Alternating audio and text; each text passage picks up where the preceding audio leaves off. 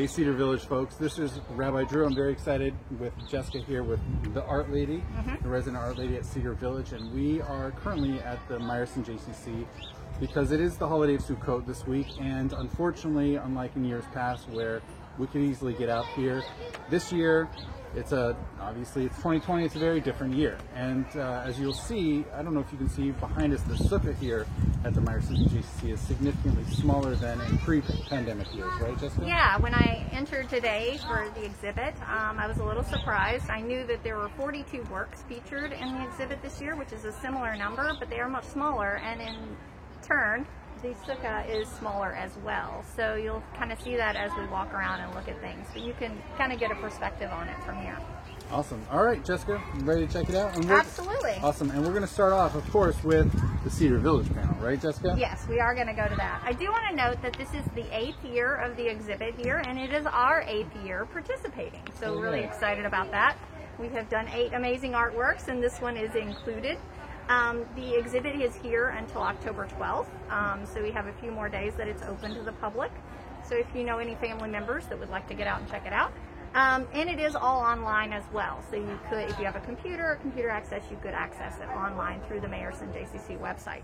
And if you do have email and you want to ask, Jessica or I could easily email you that link if you have trouble finding it. Robert, would you like to give a little brief summary about the holiday of Sukkot for anybody that might not be aware? 100%. Thank you, Jessica. So the holiday of Sukkot is mentioned in the chapter 23 of the book of Leviticus, as well as in the book of Deuteronomy. It's a fall harvest festival that takes place. It's the end of all the fall holiday season, and people, after the harvest, back in agrarian culture times, would rest, relax, enjoy their bounty they harvested. It's a whole week, really, of really rejoicing and hanging out in the hut. And what our sages said was that people should displace their living from their regular homes to outside in these huts and these booths. So one of the traditions that's really came along throughout the centuries is one of the things that we do in our own residences is make it look nice and have art, make it,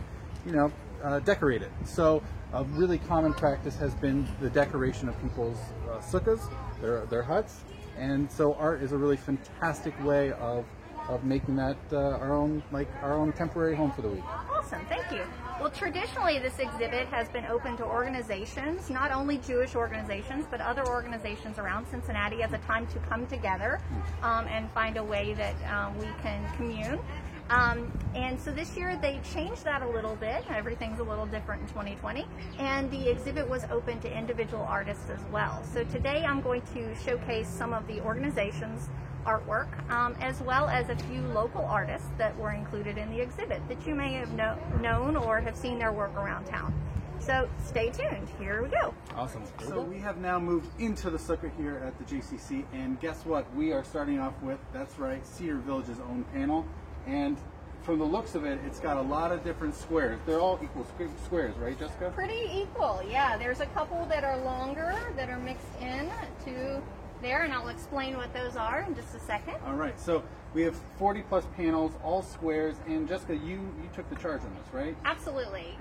The way that I usually approach this project is to gather ideas from the residents and really put all those ideas together and form a design, and then try to find a way to get as many people into the design, hands-on or sharing ideas, as possible. And this year was included in that. Great, and that's throughout the building. Oakview, Fountainview? Absolutely, across the board, and even staff. We try to get as many people involved as we can.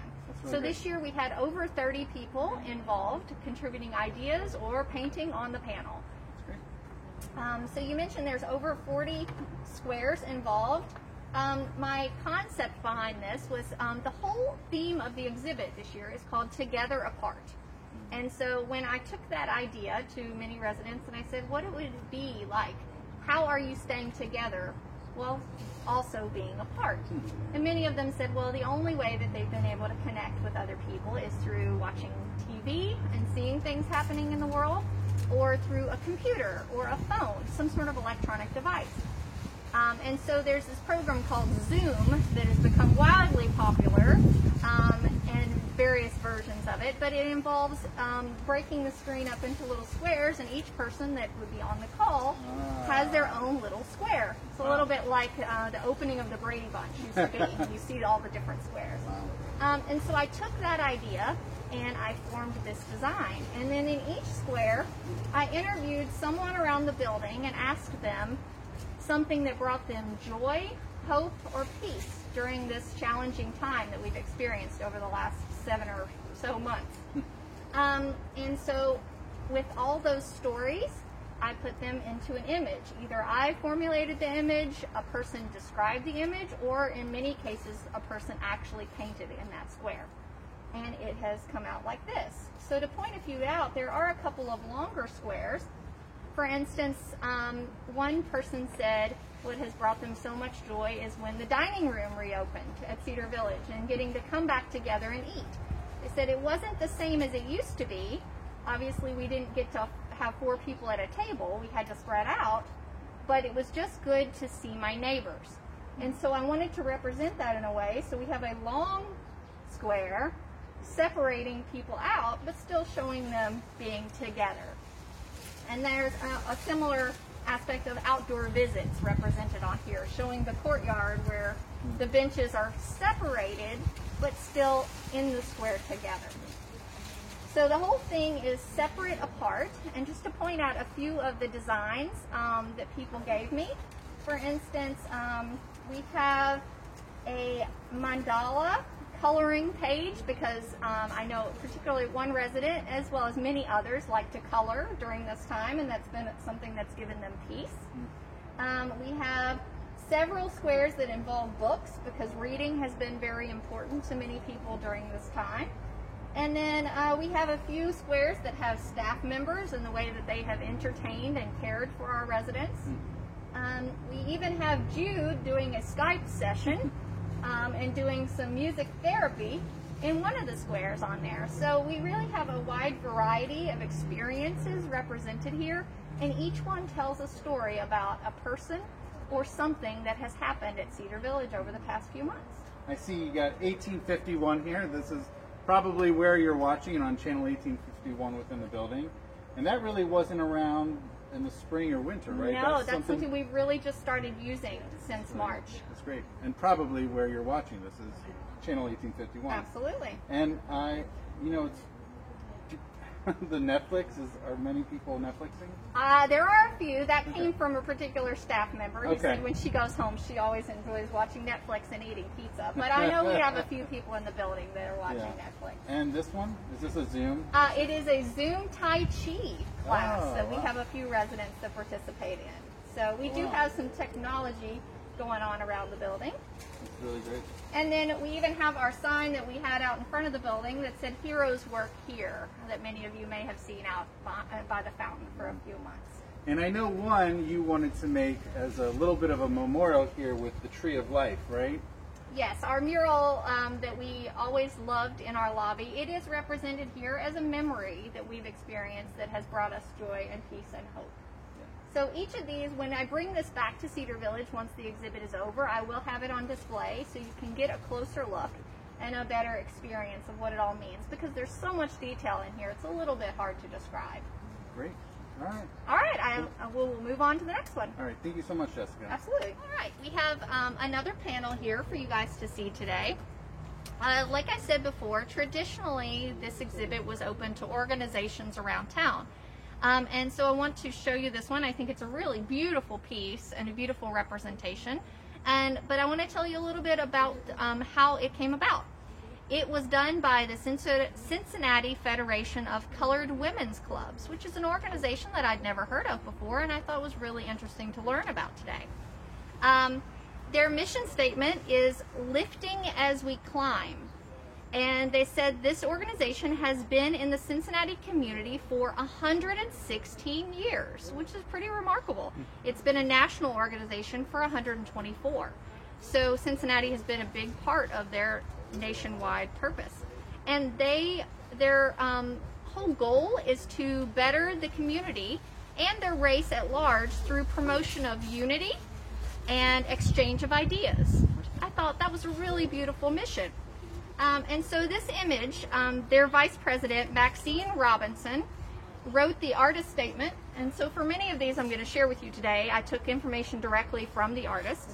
The artist statement said, myself and members of the organization discussed how love needed to be displayed, along with our mission statement, to share with our audience and project the feelings of love to all human beings. My son, Bakari Robinson, who is a rising junior, a graphic designer and artist, came up with the design after interviewing many of the women in the organization and studying our history. As a result, we decided to show how we are a fine stitch of fabric in the Cincinnati community. And as a result, this image, which they called Shades of Our Hearts, was created, showing how we are unified with all people in the community and how we are all God's children. I really thought this was a beautiful representation. Not only did I love the colors, I love the texture of it. It reminds me a lot of my own painting style. And they said the Shades of Our Hearts represents the human side of all of us, as well as the expression of feelings to show love and differences in perspective for all human beings. So you can see it has a pixelated quality, as if it's streaming or running. It looks kind of like water dripping or running down through the heart, but yet you still can see the overall image of the heart, how the colors and all shapes all come together in a unified way. And that really is representative of our own individualities and how we can still be together as a collective love. Okay, so we have a really beautiful piece by one of the individual artists. She's a local artist represented here today. Her name is Julie Stoller Pentelnick. Boy, that's a mouthful. But she has a business called JSP Judaic Art. So many of you may have run across Julie and her work in Cincinnati, but if you haven't, I'll tell you a little bit about the artist, and then we can really look at this work. Hopefully it shows up really great on the video. It's a gorgeous piece. The artist statement says that she creates pieces of art that celebrate and reflect contemporary Jewish life. She says, I like to fuse my painting and calligraphy skills. Reminds me of a video that Rabbi Drew and I did just recently on some of the art at Cedar Village, with elements from nature and Judaism. Using bold colors and a watercolor technique, I give my work a flowing feel with depth and vibrancy. In many of my pieces, I combine text and quotations to add another level of Jewish inspiration. So as you're looking at this piece, you can see land with lots of fluffy trees, a little bit of water, and tons of puffy clouds kind of flowing through the sky, a little bit of sunlit writing in the sky too in gold. She said the idea for this piece began when my husband and I were hiking at the Fernald Nature Reserve. The cloud-filled sky was blue and vast, and I felt like a very small part of a huge universe. Thinking about the theme Together Apart that we were given, I did indeed feel like we are all being separate but together under this one grand sky. And I think this really relates to the whole idea of Sukkot and coming together under the stars and outdoor. Once I was able to decide on the exact phrasing of the Hebrew to express this theme, it all came together and I began to paint. I used liquid acrylics on the canvas panel and the gold Hebrew lettering with the English in colored pencil to emphasize the theme, together and apart under the same sky. Really, when I look at this piece, I feel a breath of fresh air. I think it's really peaceful and calming. And I think she was able to express her feelings on that hike. All right, so I have another piece here by an individual artist. Her name is Susan Klug Kahn. I hope I'm saying her name right.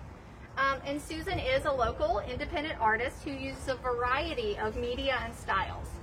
She states that she's recently been using paint and mosaic, but she is experienced in graphic arts and illustration.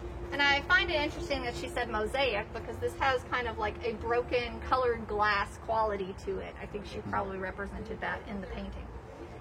The image was her statement about the universal need for connection, as well as to convey the specificity of the time we're living through as we seek to develop ways to connect with others.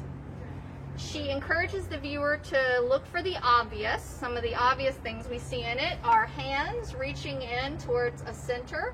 I'm guessing this is kind of a tablet or screen of some sort of device like we were talking about before. That is a way that a lot of people are connecting through technology. But you also can see several masks, so maybe a cell phone, other screen time. So that's kind of how we are able to touch each other through technology right now. She said, don't overlook the nuance, detail, and subtlety that might make us think more deeply beyond our own intentions.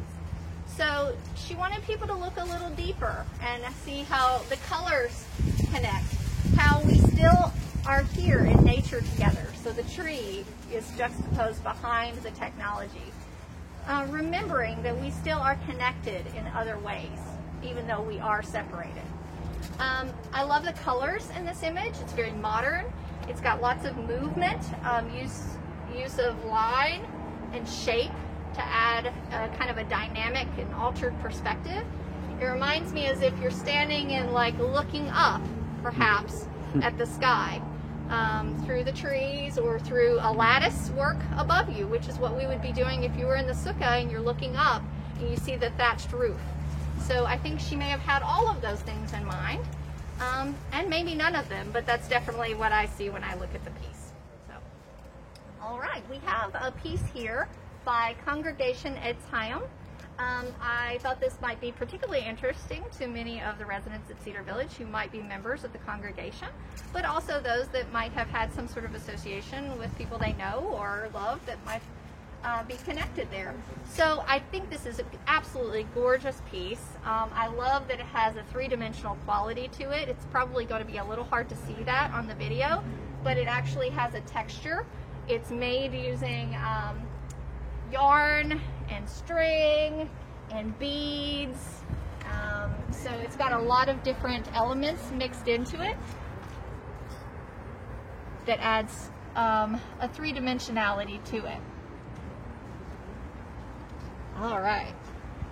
I'll share with you a little bit about their statement about the piece. It says, passionate and participatory, our supportive Jewish community engages each individual in a lifelong Jewish journey. We embrace diverse experiences that span both traditional and contemporary ideas while learning and pursuing spiritual growth. So it says, in the current world we find ourselves in, it's so easy to feel alone. Boy, isn't that true. We honored those feelings by placing singular, beautiful pearl beads on the canvas. So you can see there's some long beads, smaller beads, there's a variety scattered around the tree. But we are never truly alone. We have our friends and family who anchor us and serve as branches. We have our synagogue community, which unites us one to another. And we have our Judaism, which roots us to the generations that have come before us and those that will come after us. We are a tree of life now and forevermore. I really felt connected to this image. Several of our panels in the past few years have centered around the tree of life, and so that's been a common image for us to explore during Sukkot. And so I thought that this was particularly interesting because of that, and that's something that we have delved into before. But I love the materials that were used in this. I also love the dark background because it makes the tree really stand out as like a beacon of hope and light in a dark time that we might be experiencing.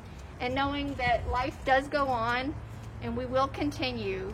Things might be different now, but there is still a connection among us. All right, here's another piece for you. This one is by an organization called Most Outgrowing LLC. And I remember during last year's exhibit, we saw a piece from this organization that really stood out to us, and we had a long discussion about it. So I wanted to kind of circle back to this one this year. Not only is it a really beautiful piece with great representation of humans, which we don't see in a lot of the work, but I think that it has a special meaning behind it, which I would love to share with you. This organization focuses on helping others grow beyond expectations and develop their purpose through the arts.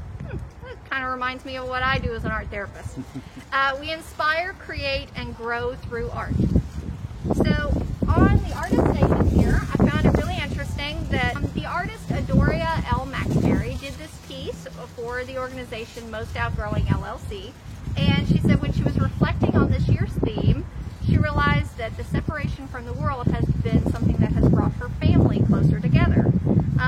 And so she portrayed in the image her family after an outdoor hike where they were all together at one of their favorite parks. And she said the way she usually works on her art would be in her studio, separated from her family. But she felt in order to get the most meaning in the image, she wanted to work in her living room. So she painted this in her living room over 3 sessions and left it sitting there for a while in between sessions so she could really be with her family and reflect on what they were truly experiencing. And I think that comes through in this so beautifully. Between the start and the finish of the panel, the artist's mother actually passed away after battling cancer. And so this is a testament to how her family has really been able to be together and carry on her mother's memory during this time. She said her mother's memory lives in each person in this image and will carry on through them. And I think that that's really important for us to remember during this time, is even though we are apart, we have the feelings, the memories that we carry of our loved ones with us every day inside. And art's also a beautiful way to represent that. She wanted to encourage everyone who views this to be grateful for the time that we share with those that we love and to make the most of every moment. And I think that she captured this moment in such a beautiful and vibrant way that I hope you guys can see that too. All right, so I'm so excited to share this piece with you guys. I'm so glad that they placed it right on the entrance to the exhibit because I think it is spectacular. It is really a poster and a testament to what we're going through right now. So the artist that created this, her name is Cindy Loon, and she notes that she combines design and spiritual wisdom to inspire and empower humanity. She states that she's seen this time as a forced time out and viewed it as a time to grow, to dig deep, and to focus on what's really important. She encourages the viewer to chill out and appreciate all the gifts in life, but also to begin to love yourself. So I think that that is really, really important right now, and we might forget to do that, to take that time for ourselves. I'm going to share a little bit more from her statement because I think it's really provocative, and I think she wanted it to be provocative with these big, bold words that stand out to you. Some of the words say here, be here now, love yourself, enjoy nature, dream, pray, live life in wonder and awe, play more, you will be all right, focus on others, be you, appreciate, nurture your body, forgive yourself, self-love. I cannot read that. It's from Leviticus chapter 19. You shall love your neighbor as yourself. Thank you so much, Rabbi Drew. You're welcome. And it says, finally, be nice to yourself. So in her statement, she said, we are commanded to love our neighbor. But how can we love our neighbor if we do not treat our own selves with love and compassion? We are our toughest critics. And when we bring awareness to our imperfections and judgments, we must give ourselves permission to feel vulnerable. Allow the feelings to be acknowledged and notice an opening occurs to choose something different. Choose to embrace these uncomfortable feelings and make the choice to be loved, fulfilled, and satisfied. Repeat this process as many times as needed. And boy, I would love to just have this hanging up in my house, in my bathroom maybe, where I'm getting ready every morning, and I need to have that reminder that it's okay to feel weak, it's okay to need to take time to boost yourself, and in order to help others, you do have to have some self-love and self-care. She also said that self-love leads us quickly on a path to continued improvement. Self-care, forgiving yourself and others, joy and compassion for yourself and others, it it's all ways of showing kindness. So if you can't be kind to yourself, how can you expect to be kind to everyone else? So I think the style that she used is really remarkable. I actually would love it if you guys could get close to this image, because I was really excited to see how it was made, but it appears that it's actually layers of tissue paper and not paint, cut very carefully and glued to the canvas, which is really remarkable. And for all of you that I have had work with tissue paper over the years, you know how delicate it can be, and you have to take lots of care and time, and I'm sure she made many mistakes and threw many of those layers out before she found just the right combination and glued it together. And that just shows how to be patient and take time for the process. If you want to be, don't be so concerned with the end result. Live in the moment and be there now. So I want to share this piece with you by a local artist named Robin Hartman. She actually is a friend of mine who I've had the pleasure of working with on several projects over the last year or two. And she not only is a great artist, but she's a great teacher. She teaches through Cincinnati Public Schools, as well as does projects with several synagogues around town. And so she's someone you may have encountered. If not, she's definitely a name to know. She is adept at both 2- and 3-dimensional art, and so her artwork is very bold, colorful. It's got lots of patterns. It kind of jumps off the page at you and also draws you in. She has a history as a puppet maker, which I think might be reflected a little bit in the way that she represents people in it. They look a little bit like puppets, I don't know, but I find that interesting in knowing that about her. So Robin has been an artist her entire life, and in her statement she says, "This virus has had an impact on me, and I feel for the elderly who are all alone." She said, "My parents have gone, but I could not imagine them having to experience what is going on. I created this panel myself, and I worked on it on and off for about 3 weeks. I can only imagine what it would be like to only see your friend or relative through a piece of glass and have those worlds be so completely different." So I know we all have a lot of experience in this realm, and I find this artwork to be very interesting in that way, because when I first saw it, before I read her artist statement, I did not pick up on any of those qualities. I found it to be so joyful due to the colors and the patterns. I found it to be relaxed. I mean, we've got a dog with a big smile laying down here at the foot of a woman who looks very comfortable and relaxed there. Got a little fist bump going on. You know, we can't shake hands, have minimal contact. And we have these beautiful flowers growing outside behind this gentleman. But when you look a little bit closer, you can see the despair that might be hanging out in there. They're actually, both people have a little tear at the corner of their eyes. And the way that she describes it, we now see that they are making contact through a window. So that's one reason they're able to give the fist bump and touch each other, because they're not really actually touching each other. In the background here, behind the person that's outside, and the reason that she said these people are living in very different worlds, we have a woman who is inside and is comfortable and contained and safe, honestly. And I see that that's one way that we are trying very hard to keep you guys at Cedar Village safe during this process. And as frustrating as it might be to be apart from the people you love, you are well and healthy and able to go on. Behind this person that's outside, we see all those things that are going on out in the outside world. It says COVID-19, wash your hands, avoid close contact, wear a mask, cover your coughs, don't touch your face, take your temp every day, disinfect, stay 6 feet apart. So there's all these messages that are coming at people, and really all that they want to do, just like you, is connect to the people that they love. So I think that this is a really super meaningful piece, but is represented in such a genuine and light way that it's easy to take it in and understand it. So I hope you enjoy it as much as I do. So for our final piece today, Many of you are very familiar with the Ish Festival. We've taken tours there. We've gone down for the festival the 2 times that it's occurred over the past few years. We've also made artwork that has been part of the festival, and so we have a connection there.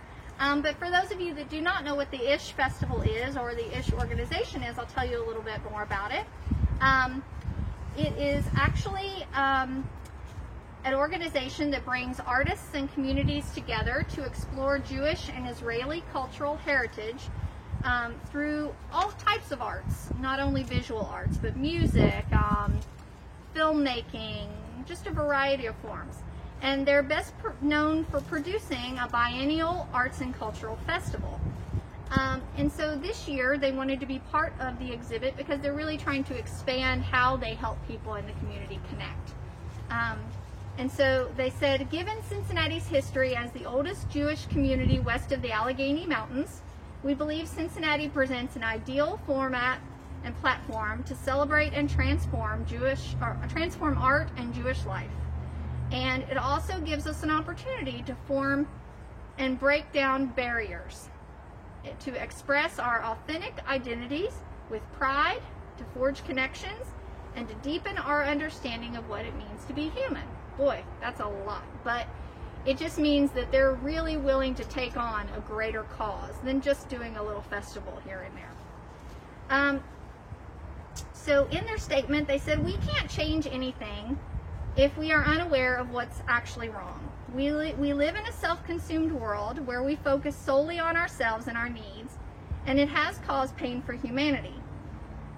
We have a world focused on differences, and we often spend our lives unaware, rooted solely in the consciousness of our body. Our body wants to sleep and eat and feel comfortable. We understand that. Our soul, however, yearns every day for union with the Creator. We cannot change the world if we do not first change ourselves and our way of thinking. When we begin to look within and find compassion for yourself and others, and have the courage to be vulnerable and imperfect, these are themes we heard in another artwork. Listen to others, learn, and become aware of the injustice in our society. We discover the beauty of one another's unique qualities and cultures. When we think of others before ourselves, we nurture our relationships with love, compassion, and appreciation for our differences. This is the consciousness of our soul, and when we lead with our soul, loving thy neighbor will come naturally. So they wanted to represent this in the artwork, and so they used this eye graphic to represent our desire to hold an ideal vision for the future. Repairing our world, tikkun olam. Did I say that right? Awesome. Pretty close, maybe. And pursuing justice. The eye stands for keeping an eye on that which is important, pursuing the necessary work of justice that we've been instructed to do. The eyes are windows to the soul, and now is the opportunity to lead with our soul, to know more and to be better, to illuminate people in our community of Black heritage who are suffering, and to support initiative gearing toward meaningful change. As we heal through inner and outer work, we will inspire others and transform those around us. So I really enjoy this piece, but I find it very dynamic as well. Very much like a piece that I showed you a few minutes ago. It's created using tissue paper. And I think there is a reason for that. It is, like I said before, it's very delicate, it's very fragile, but it's something that you can layer. And I think that's very important to recognize, that there are so many layers of what's going on in our world right now that you can't take just one. You have to see that it goes deeper and that there's things beyond the surface that we need to realize and think about, especially when we engage with one another. Each of us are going through different things, and we need to have that as a consideration. Instead of just seeing people on the surface, we need to look a little deeper within ourselves and within others to find a way to come together. And we really need to lead with your soul, which is the name of this, to have feeling and compassion for ourselves and one another's. So I think that this is a really great way to end, a note to end on today. It's a powerful image that will hopefully stick with you guys. and something that kind of sums up a lot of the themes we saw today. Rabbi Drew, would you like to say anything else? I just want to say, Jessica, this is really fantastic. I hope everybody out there enjoyed all of these different presentations. There are, of course, other panels, but these are quite the highlights. These are some really striking images, and thank you. This is incredibly insightful, Jessica. Thank you. I wish I could have covered all of the pieces today. Hopefully we'll get a chance to highlight a few of these in more detail in the future if you'd like to discuss them. Awesome. Thank you so much, Jessica, and everybody out there. Hope you have a wonderful, happy Sukkot despite the circumstances. Absolutely. All right. Thank you. Cool. Yay.